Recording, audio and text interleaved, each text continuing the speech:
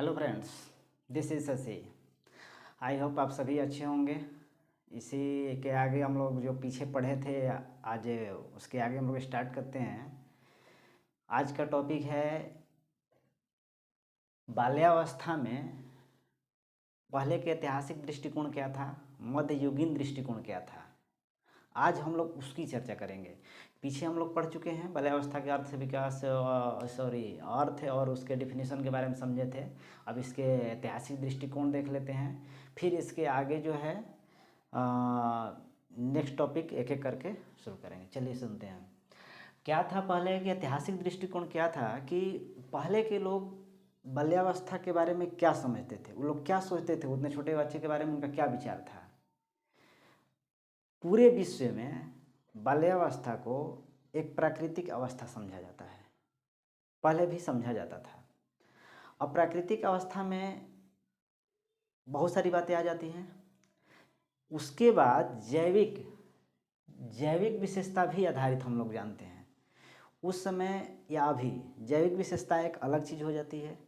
मतलब जैसे जीवन से रिलेटेड क्या क्या आवश्यकताएं हैं, उससे रिलेटेड उस समय का विचार क्या था, अभी का विचार क्या है, मध्ययुगीन में क्या विचार है। जैसे मान लीजिए कि किसी भी बच्चे को जैविक विशेषताओं में क्या क्या, जैसे उसके खाने के लिए ज़रूरत होगी, वो किस पर डिपेंड रहेगा। वो कहीं ना कहीं बड़ों पर डिपेंड है, अपनी सुरक्षा के लिए कहीं ना कहीं दूसरे पर डिपेंड है। इन सभी के अलावा जानवरों को आप देख लीजिए, तो जानवरों को आप देखते होंगे कि उनके बच्चे पैदा होने के कुछ ही समय बाद चलना शुरू कर देते हैं, जबकि मनुष्य के जो बच्चे होते हैं उनके पैदा होने के बाद में उनकी सुरक्षा, देख रेख, भोजन सबका ख्याल नहीं रखा जाए तो उनकी मृत्यु तक होने की संभावना रहती है। ये सभी जानते हैं। इसी तरह आगे जब बढ़ते हैं तो देखते हैं कि खाना, सुरक्षा, जीवन के लिए बड़ों पर निर्भरता, ये सभी चीज़ें कहीं ना कहीं बच्चों के लिए बहुत ही आवश्यक है। अगर नहीं दिया गया तो उनको नुकसान हो सकता है, जबकि जानवरों के लिए ऐसी आवश्यकता नहीं है। बच्चों के खतरों से, जोखिम से बचाना भी जरूरी होता है। किसी तरह का उन्हें चोट न लगे या फिर कोई और भी हानि न पहुँचे, इससे भी बचाना जरूरी होता है। इसके अलावा कार्य स्तर पर उन्हें सुरक्षा पहुँचाना, शोषण से बचाना, दुर्व्यवहार से बचाना, अश्लीलता से बचाना, ये सब भी जरूरी होता है। समय समय पर जैसे जैसे समय बदलता गया तब माता पिता या फिर जो मनुष्यों का जो विचार था, बाल्यावस्था का जो अवस्था होती है, उस जैविक अवस्था के अलावे सामाजिक विचार भी हैं जो समय समय पर बदलती रहती हैं। आप देख पा रहे हैं कि सामाजिक विचार भी हैं जो समय समय पर बदलती रहती हैं जैविक अवस्था के अलावा। जैविक अवस्था तो हमने देखा कि उन्हें ये सुरक्षा, खाना बड़ों के ऊपर डिपेंड है, लेकिन सामाजिक भी उसमें विचार अलग अलग बदलते रहे। जैसे जैसे समय बदलता गया सामाजिक विचार भी बदलते गए। इतिहास के विभिन्न कालों में बच्चों के प्रति जो माता पिता का दायित्व था वो भी बदलते गया।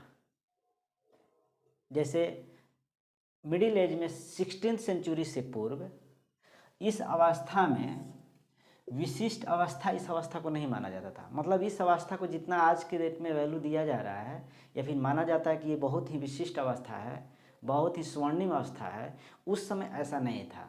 16th सेंचुरी के पूर्व पश्चिम में, मतलब कि जो अभी भी पश्चिम जो देश हैं, उस समय भी पश्चिम देशों में प्रौढ़ों के बराबर या उन्हीं का लघु रूप समझा जाता था। सोचिए, बाल्यावस्था के बाद किशोरावस्था, उसके बाद युवावस्था, तब प्रौढ़ावस्था आते हैं। अब प्रौढ़ावस्था कहाँ पर है आप देखिए, ये बोल रहा है कि बड़ों के जो प्रौढ़ावस्था उस समय होती थी, बच्चों को उसका लघु रूप समझा जाता था। उनके जो चित्रकला में, आप बहुत सारे चित्रकला से हम लोग अनुमान लगाएं कि पहले के लोग कैसे होते थे, क्या पहनते थे। चित्रकला में भी बच्चों का जो वस्त्र है वो बड़ों के अनुपात में ही दिखाया गया है।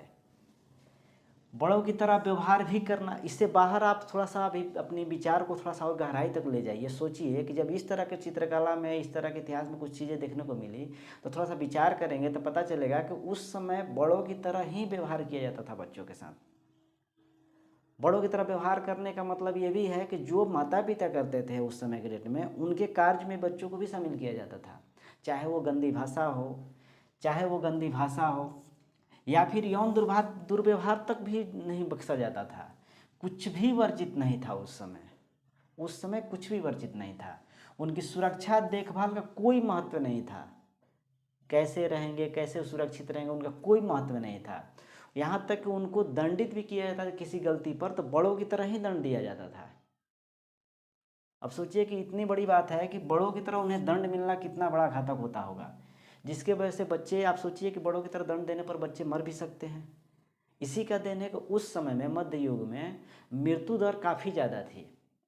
फ्रांस में जन्म के 1 वर्ष के बाद के बच्चे, मतलब जन्म से 1 वर्ष तक के जो बच्चे होते थे, उनकी मृत्यु 20 से 50% दर में थी। मतलब 1 साल के जो बच्चे थे 20 से 50% मर जाते थे। जो बच भी जाते थे उनके भी आगे चल के जीवित रहने की कोई ज़्यादा संभावना नहीं रहती थी। सोचिए कितनी उस समय लोग इस अवस्था को किस दृष्टि से देखते थे। फिर उसके बाद 17वीं सेंचुरी में, ये जो फ्रांस की घटना जो मैंने बताया अभी, 17वीं सेंचुरी में की बात है, वो जो 20% से 50% बच्चे मर जाते थे, वो फ्रांस की 17वीं सेंचुरी की बात है। इसके अलावा उन लोगों के साथ कोई सुरक्षा नहीं, किसी तरह के, बस कीड़ों मकोड़ों की तरह रेंग रहे हैं, जैसे रह रहे हैं। अब बताइए, इस तरह बच्चे को छोड़ दिया जाएगा तो बच्चे को मरने के लिए ही छोड़ने के बराबर हुआ ना। तो इस समय और उस समय आप तुलना कीजिए कि कितनी भयावह थी स्थिति। लोग कैसे सोचते थे। धीरे धीरे समय बदलता गया, आज के डेट में हम लोग यहाँ तक पहुँचे हैं। चलिए इसके आगे हम लोग 18वीं सेंचुरी, 19वीं सेंचुरी, 20वीं सेंचुरी को देखेंगे और तब जाकर हम लोग ये देखेंगे कि बाल्यावस्था पर पारिवारिक, सामाजिक और भी बहुत सारे कारक हैं, उनके क्या प्रभाव पड़ते हैं। ये सभी तो हम लोग परिचय पढ़ रहे थे कि बाल्यावस्था का अर्थ क्या होता है, डेफिनेशन क्या होता है, उसके दृष्टिकोण क्या थे ऐतिहासिक में, मिडिल एज में, 80th में, 19 में, 20 में, इन सब में। अब जाकर हम लोग इसके आगे पढ़ेंगे। तब तक के लिए धन्यवाद।